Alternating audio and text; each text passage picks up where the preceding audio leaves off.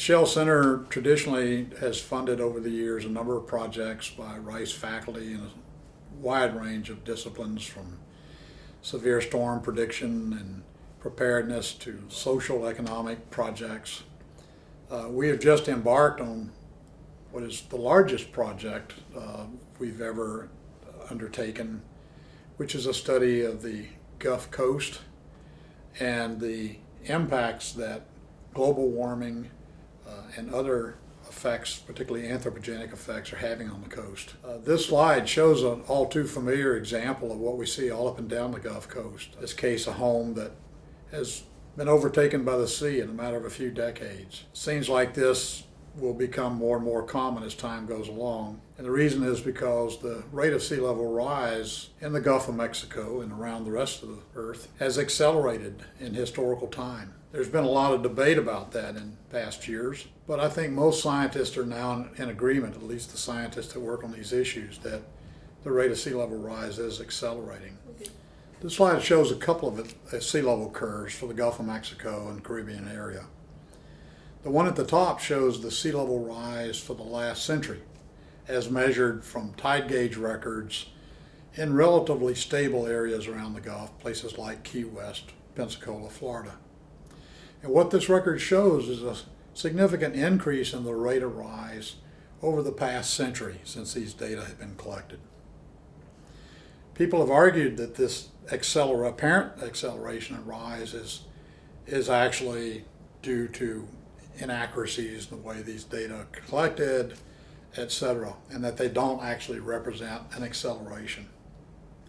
However, the long-term record for sea level rise, which is shown at the bottom of this figure, tells us that and of course sea level has been rising for thousands of years, the long-term rise has actually decreased from rates that were in excess of 5 millimeters per year 8,000 years ago to rates of about 0.5 millimeter per year over the last 4,000 years.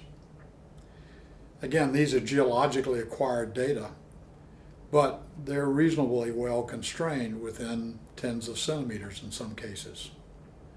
And so they clearly show that the current rate of rise, which is between 2.5 and 3 millimeters per year, actually represents a 5 to 6-fold increase in the rate of sea level rise over the longer period of several thousand years. So the question we might ask ourselves is, how is this acceleration of sea level rise affecting our coast? It's an important question because most scientists agree that the rate of sea level rise will undoubtedly increase into the future. First of all, let's ask ourselves the question, what's causing this acceleration? Well, it's generally believed that only two phenomena can cause an acceleration of this magnitude over this really short period of time, a century or two. One of those is heating and expansion of the oceans. And we in fact know that's happening because we can and have measured these temperature increases in the surface waters of the oceans. And so we can independently calculate the expansion and the rate of sea level rise. And we find that those calculations, in fact, are in the same ballpark, same order of magnitude as the measured rate of rise. The other component of sea level rise comes from melting glaciers. And here again, we know that the vast majority of glaciers around the world, in fact, approximately 87% of the glaciers in the world, are currently in retreat or they're showing signs of instability. So melting glaciers adds water to the oceans, and that contributes to the overall sea level rise. The unknown here are ice sheets, and they actually have the potential for having the greatest impact on sea level rise. If the Antarctic ice sheet were to melt, that would raise sea level nearly 300 feet. Now that's not going to happen in the foreseeable future, but the point here is that just a very small change in the volume of ice sheets, in particular Greenland and the West Antarctic ice sheet, can have a significant impact on the overall rate of sea level rise. So the question now arises, what is and will be the impact of accelerated sea level rise on the Gulf Coast? Well, we already know that there are other phenomena besides sea level rise that are impacting the coast. Hurricanes, for example, have a catastrophic impact. Subsidence in the Gulf of Mexico is generally high compared to other places in the world. And a large degree of that subsidence is not natural substance, but actually substance related to human activity, particularly extraction of water and oil and gas from the subsurface. Sediment supply has been altered.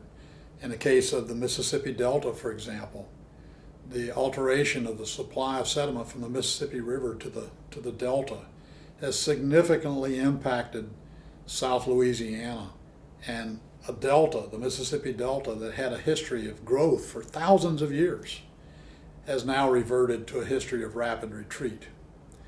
So the impacts of human beings can be profound and they can be quite rapid. So what will the impact of sea level rise in particular be, and particularly in conjunction with subsidence, decreased sediment supply, potentially more and larger hurricanes in the future? Well, that's really a question that scientists are ill prepared to answer. We still use rather primitive models to investigate how rising sea level will inundate the coast. But we actually know that that's not the way things happen, and that while those models may well work well for South Louisiana, in other areas, like for example on the Texas coast, the Alabama, Mississippi coast, and the West Florida coast, those coastlines are characterized by barrier islands, which are much more dynamic systems.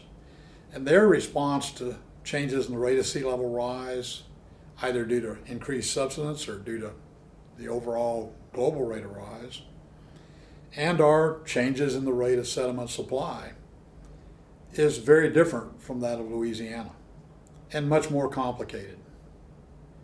We know that because we know over geological time, these barrier islands all had a very different response to the overall rise in sea level of the last several thousand years.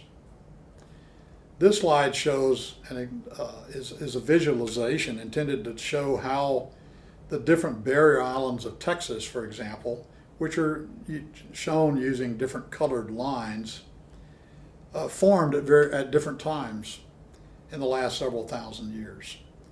Some of these barriers date back to 7,000 or 8,000 years old. Others formed in more recent time, in the last 2,000 to 3,000 years. So even the timing of when barrier islands formed, varies.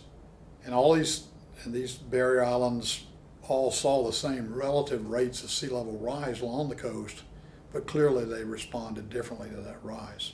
Even today, over shorter time spans, we see that the coastlines are changing at rather different rates along the Gulf Coast. For example, here again in Texas, we have barrier islands like Follett's Island and South Padre Island that are currently retreating landward at rates of 3 to 4 meters per year, anywhere from 10 to 14, 15 feet per year.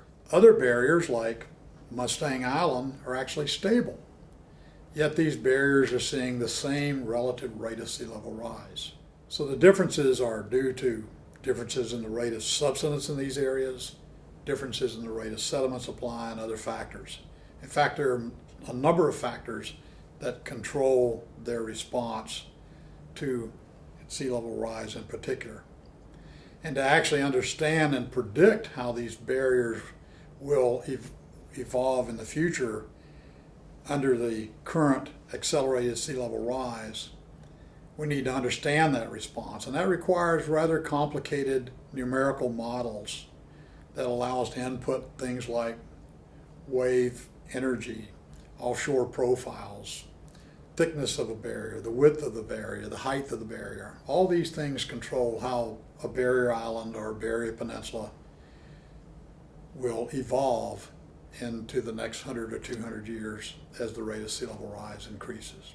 So the response of coastal systems, and particularly high energy coastal systems like barrier islands, to acceleration in sea level rise, increased rates of subsidence, variations in sediment supply. These are all quite complicated. And because they're complicated, solving these problems requires teams of scientists who have expertise to bring from different areas. People who understand substance, for example, or understand sediment supply and how it controls barrier evolution or delta evolution. Here at the Shell Center, we have helped to organize a group of scientists, some of the most widely published scientists in the Gulf Coast area, who deal with these problems. Because these problems are complex, solving these problems requires expertise from people with a broad range. Recognizing that, the Shell Center for Sustainability helped to organize the Gulf Coastal Science Consortium, which is made up of some of the most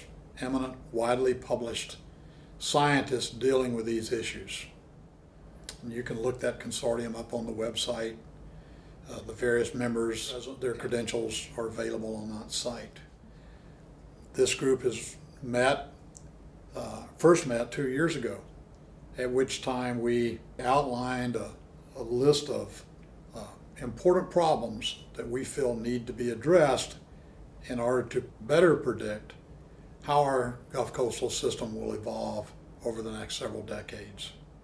Predicting how the Gulf Coast will respond to an acceleration in sea level rise, variations in sediment supply, increased subsidence, and these other factors is a complicated business. Here at Rice University, the first initiative in this overall coastal research is focused on the area around Freeport, Texas, where dramatic change is taking place, where there's a significant amount of infrastructure that will potentially suffer impacts from accelerated sea level rise, hurricanes, and other phenomena.